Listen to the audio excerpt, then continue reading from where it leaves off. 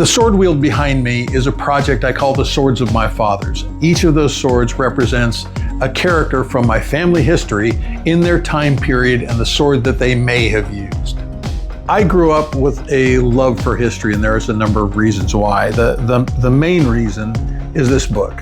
It was given to me by my mother, and it's a book called The Bellews in History. And it's literally the history of her family, genealogical history of her family, from my grandfather all the way back to the first Bellew registered in America, which is in 1645, the signing of the Rhode Island Compact. Through this book, I have family characters who were in the Revolutionary War, the Pequod War, the Civil War, and they're amazing characters. So having that family history and having that background was a joy growing up. I could write papers in school about history of my family. If we were doing something on the Revolutionary War, I could pick somebody out. Like if it was the Pilgrims, I could pick somebody out who was part of my family and then write about that character in history.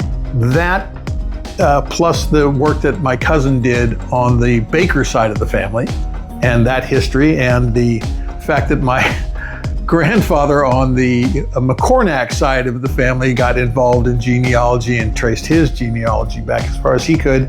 I had a lot of genealogical stuff on the family. I don't have family heirlooms that are, their exact swords, but they're the appropriate swords for the character and in the time that they were in. From the earliest, which would be the Norman sword, going back to Eugene-Bon Bellew, who was a marshal in William the Conqueror's army in 1066, Battle of Hastings, all the way up to a Major William Bellew in the Revolutionary War, which would be the eagle-headed saber. Now that's sort of the overview of my family history. So now what we're going to do is take a deeper dive into each one of these swords by pulling them off the wall, doing some test cutting with them, and going over each sword's history and the character that it applies to in my family history.